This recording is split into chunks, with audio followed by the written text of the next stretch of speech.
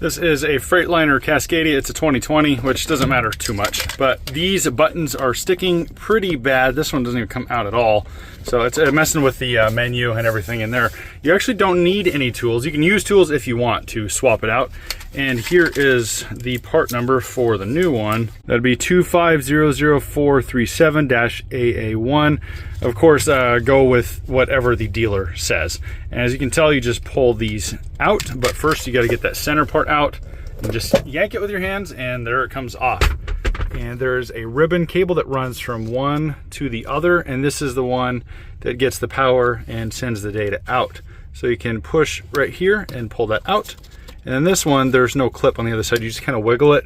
As you can see right in there, it's kind of a clip thing, but there's nothing you can do to get that out. You push with a tiny pick or something, but I usually just pull these out, which for some reason is proving to be more difficult right now than it usually is. Once you get that out, you can then just yank these up. And as you can see, right there is where you would put the new ones. So just put your hands in there and just pull up, and those three little nubs will pop out. And if you can't quite get it, you could put a screwdriver in here and just rotate it, a flathead, and it'll pop these out. So go ahead and get that out.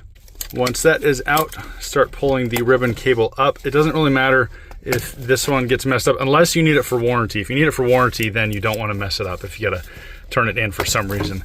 So once that's out, then you do the same thing. The other side, just put it in. I gotta pull with both hands. It's in there a little bit, but it's not totally stuck. Just yank that out. That is out. We set it to the side or just drop it on the floor. And then we get the new one in. I always do this side first. You can clean this junk up if you have any of that in there. There is a small lip right here, and that is what that part fits into. Just make sure that bottom one fits properly. I usually get the bottom one seated first, and then you want to make sure the ribbon cable stays inside. You don't want that on the outside here. You'll clip it and damage it. That is in, and when you press it in, try to press hard on the outer edge. You don't want to break the buttons by pressing on those.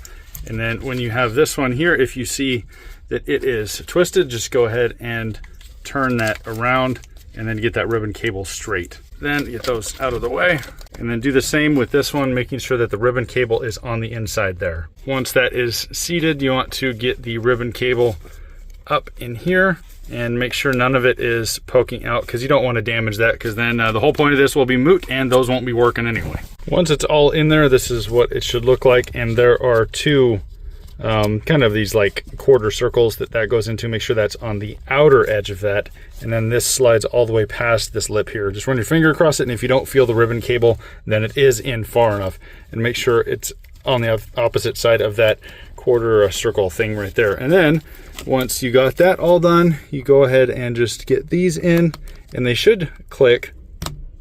There you go, click on that one and click right there, and there you have it. And then you just get the faceplate on the horn. Go ahead and just push that in. It should be 4 corners.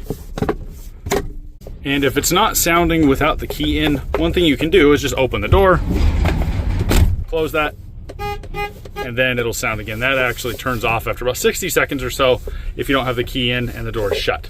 So there you go. You have replaced the media controls and the dash menu controls. If that helped somebody, well, I hope it did. I hope that did help somebody. Consider subscribing if this did help you and you are in fact somebody. Happy driving. Stay safe out there.